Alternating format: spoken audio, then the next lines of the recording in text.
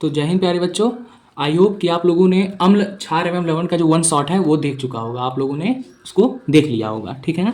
तो अब आइए आते हैं, ठीक है, हमारे कुछ इंपॉर्टेंट क्वेश्चन पे। कुछ ही इंपॉर्टेंट क्वेश्चन है, बाकी जितने भी क्वेश्चन आपके बनेंगे, ठीक है, जितने भी क्वेश्चन बनेंगे वो आपका बनेगा बेटा किससे, जो हमारा वो था ना क्या बोलते हैं प्रिपरेशन मेथड, ठीक है, निर्माण विधि, उससे ही प्रश्न बनेगा, ठीक है ना। मैक्सिमम प्रश्न उससे ही बनेगा। बाकी जो हमें लगा है कि ठीक है लाना चाहिए वो मैं लेकर के आया हूँ आपको, ठीक है ना। तो महत्वपूर्ण प्रश्न है अध्याय 2 का बोर्ड परीक्षा हेतु, ठीक है ना। क्या है, सबसे पहले अम्ल तथा क्षारकों में अंतर स्पष्ट कीजिए। अम्ल और क्षार में क्या अंतर है उसको स्पष्ट कीजिए, ठीक है ना। तो आइए देखते हैं। देखिए सबसे पहले हम लोग बहुत ही अच्छे तरीके से लिखेंगे प्रश्न उत्तर संख्या। प्रश्नोत्तर संख्या मतलब प्रश्न का उत्तर है कौन सी संख्या का, पहले का, ठीक है। देखिए हेडिंग डालेंगे अम्ल व क्षारकों में अंतर निम्नलिखित है, ठीक है, या फिर निम्नलिखित अंतर है। सबसे पहला हेडिंग यहाँ पे अम्ल, यहाँ पे क्षार, ठीक है।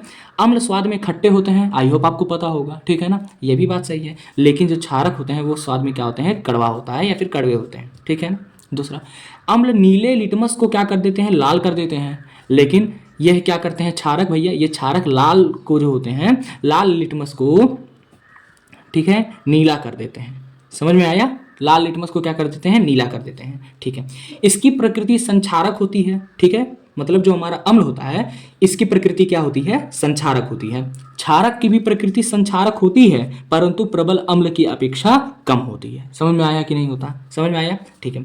यह क्षार से क्रिया करके अपना गुण नष्ट कर देता है, ठीक है। ये हम पहले भी बता चुके हैं प्रश्न जब हम लोग वन शॉट कवर कर रहे थे कि जब यह क्षार से क्रिया करता है तो अपने प्रभाव को क्या करता है, नष्ट कर देता है, ठीक है। समझ में आ गया, अपने प्रभाव को क्या कर देता है, नष्ट कर देता है, ठीक है। और यह अम्ल से क्रिया करके अपने प्रभाव को नष्ट कर देता है, अपने गुण को क्या करता है, नष्ट कर देता है, सही बात है, ठीक है। कह रहा है यह जल में विलय होकर के, ये है जल में विलय होकर के, ठीक है, यह जल में विलय होकर के H+ आयन देता है, ठीक है, और यह जल में विलय होकर OH आयन देता है, ठीक है ना। इसके उदाहरण है HCl H2SO4 HNO3 HClO4, ठीक है, इसका भी है, ठीक है, potassium hydroxide, sodium hydroxide, calcium hydroxide. समझ में आ गया सबको, ठीक है। आगे देखिए,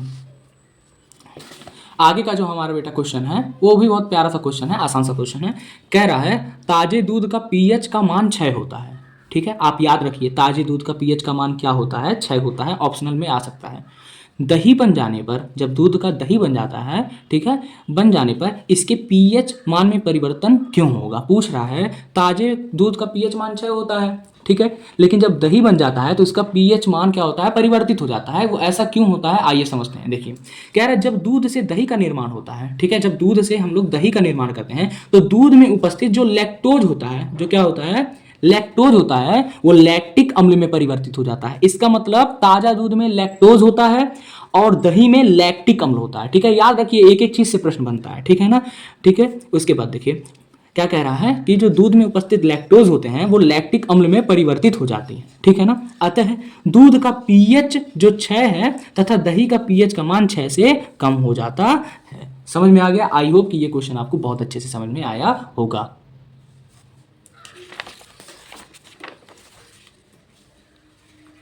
आगे देखते हैं, ठीक है। कह रहा है जल का आयनिक गुणनफल क्या है, जल का आयनिक गुणनफल क्या है। ये बहुत ही इंपॉर्टेंट क्वेश्चन है बोर्ड एग्जाम से। क्या कह रहा है, स्थिर ताप पर, ठीक है, जब ताप स्थिर हो, ताप क्या हो, स्थिर हो, स्थिर ताप पर यहाँ रहेगा, पर जल में उपस्थित जो हाइड्रोजन आयन होते हैं उसका सांद्रण, कंसंट्रेशन ऑफ हाइड्रोजन, तथा जो हाइड्रो ऑक्साइड होता है मतलब OH होता है, OH नेगेटिव आयन, ठीक है, इन दोनों का गुणनफल जो होता है भैया वो बराबर होता है किसके, जल का आयनिक गुणनफल का। समझ में आ गया ना। इसे इस तरीके से प्रदर्शित करते हैं, ठीक है ना। इसको कैसे लिखेंगे, H+ मतलब हाइड्रोजन आयन का सांद्रण, ठीक है, और OH नेगेटिव का सांद्रण का बीच में क्या है, गुणनफल है। समझ में आ गया, आई होप कि ये क्वेश्चन भी आपको क्लियर हो गया। कुछ ऑप्शनल क्वेश्चन है, ठीक है, इसको देख लीजिए, कुछ ऑप्शनल क्वेश्चन है, ठीक है। जैसे सिट्रस फल में कौन सा अम्ल उपस्थित होता है। अच्छा देखिए कितना आसान है, कह रहा सिट्रस फल में कौन सा अम्ल उपस्थित, सिट्रस मतलब जो खट्टे होते हैं जैसे कि नींबू, आंवला, ठीक है ना, संतरा, ठीक है, तो इसमें सिट्रिक अम्ल होता है। समझ में आ गया। फिर कह रहा है अम्लीय विलयन का pH मान होता है 7 से कम, वो कुछ भी दे आपको टिक लगाना है 7 से कम पे। अम्लीय वर्षा का संभावित pH मान है, याद रखिएगा ये इंपॉर्टेंट क्वेश्चन है, आता है एग्जाम में। अम्लीय वर्षा का जो संभावित pH मान है वो 5.2 है, ठीक है ना, याद कर लीजिएगा, लगभग 5.2। कह रहा है बेकिंग पाउडर NaH ठीक है, CO3 मतलब सोडियम बाइकार्बोनेट को गर्म करने पर कौन सी गैस निकलती है भैया? निर्माण विधि जाइए रिवीजन कीजिए, क्योंकि जब बेकिंग पाउडर को सोडियम बाइकार्बोनेट मतलब सोडियम हाइड्रोजन कार्बोनेट को गर्म करते हैं तो हमारा CO2 गैस निकलता है। इंपॉर्टेंट है भैया, पूछता है प्रश्न में। फिर क्या कह रहा है देखिए, क्षारक के साथ हल्दी का रंग होता है, मतलब जब हम हल्दी में क्षार मिलाते हैं तो उसका रंग होता है भूरा लाल, अभी हम लोग डिस्कस किए हैं। ठीक है, कह रहा है धावन सोडा का रासायनिक सूत्र है, धावन सोडा का रासायनिक सूत्र है सोडियम कार्बोनेट डेका हाइड्रेट, ठीक है, Na2CO3.10H2O। ठीक है ना, आपको पूरा विश्वास है मुझे कि आपको पूरी अच्छी तरीके से समझ में आ गया होगा। ठीक है, तो ऑल द बेस्ट एग्जाम।